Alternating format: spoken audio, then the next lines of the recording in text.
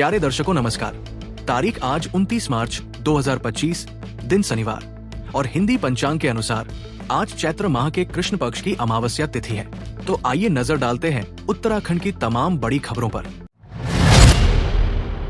उत्तराखंड के नए मुख्य सचिव होंगे आनंद बर्धन। पूर्व में रह चुके हैं 5 जिलों के डीएम।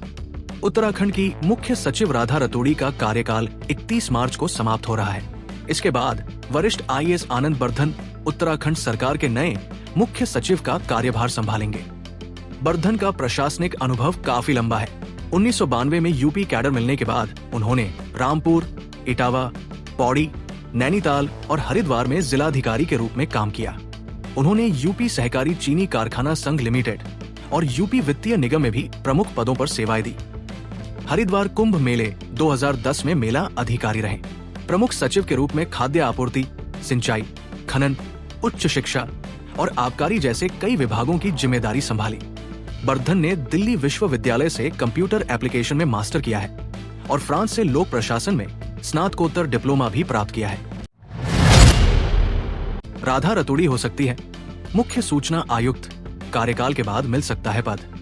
उत्तराखंड की मुख्य सचिव राधा रतूड़ी का कार्यकाल 31 मार्च को समाप्त हो रहा है। सेवानिवृत्ति के बाद उन्हें मुख्य सूचना आयुक्त के पद पर नियुक्त किए जाने की संभावना है। रतूड़ी ने मुख्य सूचना आयुक्त के पद के लिए आवेदन किया है। राज्य सरकार से जुड़े सूत्रों के अनुसार सेवानिवृत्ति से पहले ही उनकी नियुक्ति संभव है। राधा रतूड़ी का प्रशासनिक अनुभव काफी व्यापक रहा है। उन्होंने कई महत्वपूर्ण विभागों की जिम्मेदारी संभाली है। उनके अनुभव को देखते हुए सरकार उन्हें मुख्य सूचना आयुक्त की जिम्मेदारी दे सकती है। यदि ऐसा हुआ तो रतूड़ी के प्रशासनिक कौशल का लाभ राज्य को मिलेगा। सहायक लेखाकार के 63 पदों पर भर्ती, 5 अप्रैल से शुरू होंगे आवेदन। उत्तराखंड अधीनस्थ सेवा चयन आयोग ने विभिन्न विभागों में सहायक लेखाकार के 63 पदों पर भर्ती के लिए विज्ञापन जारी किया है। शहरी विकास विभाग में 35, सहकारिता में 8, कारागार प्रशासन में 6, नगर एवं ग्राम नियोजन विभाग में 3, भूतत्व खनिकर्म निदेशालय में 1, प्राविधिक शिक्षा विभाग में 1, आयुर्वेदिक विभाग में 1, पिटकुल में 2 और अन्य पदों पर भर्ती होगी। ऑनलाइन आवेदन प्रक्रिया 5 अप्रैल से 29 अप्रैल तक चलेगी। आवेदन में 5 से 7 मई के बीच संशोधन किया जा सकेगा। लिखित परीक्षा 6 जुलाई को प्रस्तावित है। आवेदन शुल्क सामान्य वर्ग व ओबीसी के लिए 300 रुपए और एससी, एसटी व दिव्यांग अभ्यर्थियों के लिए 150 रुपए रखा गया है। कैबिनेट विस्तार पर सीएम धामी का बयान, कहा शुभ मुहूर्त आ जाएगा। मुख्यमंत्री पुष्कर सिंह धामी ने राज्य में कैबिनेट विस्तार की अटकलों पर विराम लगाते हुए कहा कि शुभ मुहूर्त पर इसका ऐलान होगा। मुख्यमंत्री ने कहा कि पिछले 1 महीने से बदलाव की चर्चा हो रही है। उन्होंने कहा कि धन सिंह भी यही हैं और मैं भी यही हूं। जब शुभ मुहूर्त आएगा तो सभी को पता लग जाएगा। सोशल मीडिया पर कैबिनेट विस्तार की खबरें काफी तेजी से फैल रही थी। प्रेमचंद अग्रवाल के इस्तीफे के बाद से नए मंत्री की नियुक्ति को लेकर चर्चा हो रही थी। मुख्यमंत्री ने साफ किया कि मीडिया की प्रामाणिकता बनी रहनी चाहिए और अफवाहों से बचना चाहिए। नेपाल सीमा के पास भूमि बंदरगाह निर्माण की बाधा दूर, व्यापारिक गतिविधियां होंगी तेज। नेपाल सीमा के पास भारतीय भूमि बंदरगाह प्राधिकरण द्वारा भूमि बंदरगाह विकसित करने की योजना में एक बड़ी बाधा दूर हो गई है। क्षतिपूरक वनीकरण के लिए भूमि की पहचान कर ली गई है। तराई पूर्वी वन प्रभाग के खटीमा रेंज में 32 हेक्टेयर भूमि को चिन्हित किया गया था। अब चंपावत जिले में 64 हेक्टेयर भूमि को चिन्हित कर प्रस्ताव को पर्यावरण मंत्रालय को भेज दिया गया है। वन भूमि हस्तांतरण के नोडल अधिकारी रंजन मिश्रा ने कहा कि स्टेज 1 की प्रक्रिया पूरी की जा रही है। इस बंदरगाह के बनने से अंतर्राष्ट्रीय व्यापारिक गतिविधियां तेज होंगी और आर्थिक लाभ मिलेगा। नंदा गौरा योजना के तहत 1,72 करोड़ 44 लाख रुपए की धनराशि जारी, 40,000 से अधिक बालिकाओं को लाभ। मुख्यमंत्री पुष्कर सिंह धामी ने नंदा गौरा योजना के तहत 1,72 करोड़ 44 लाख 04,000 रुपए की धनराशि डीबीटी के माध्यम से लाभार्थियों के खातों में हस्तांतरित की। इस योजना के तहत कन्या के जन्म पर 11,000 और 12वीं पास करने पर 51,000 रुपए दिए जाते हैं। वित्तीय वर्ष 2024 से 25 में 8,616 बालिकाओं को जन्म पर 9 करोड़ 81 लाख रुपए और 31,188 बालिकाओं को 12वीं पास करने पर 162 करोड़ 62 लाख रुपए का भुगतान किया गया। मुख्यमंत्री ने कहा कि बेटी बचाओ बेटी पढ़ाओ अभियान के तहत राज्य सरकार बालिकाओं को आत्मनिर्भर बनाने के लिए प्रतिबद्ध है। पिछले 5 वर्षों में 2,84,000 बालिकाओं को 9 अरब 68 करोड़ रुपए की सहायता दी गई है।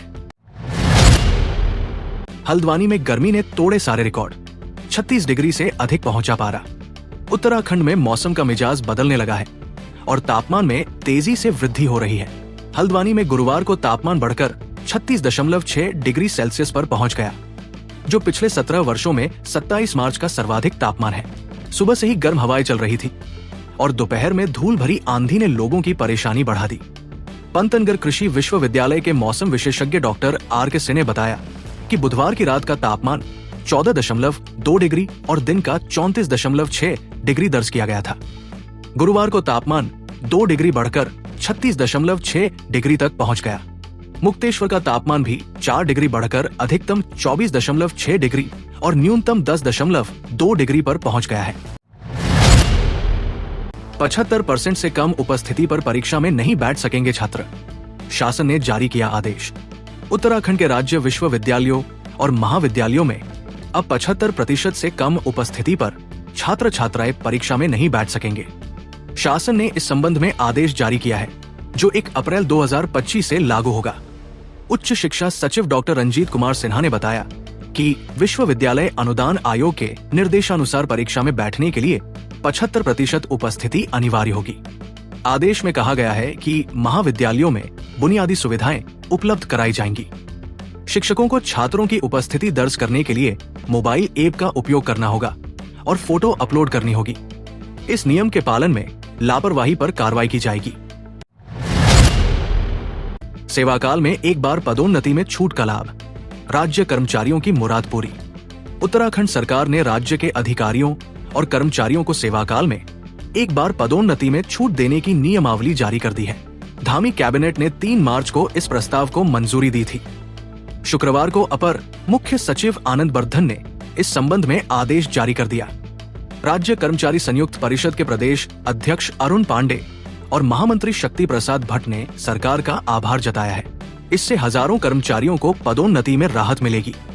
मिनिस्ट्रियल फेडरेशन के प्रांतीय महामंत्री मुकेश बहुगुणा ने भी मुख्यमंत्री पुष्कर सिंह धामी का धन्यवाद किया।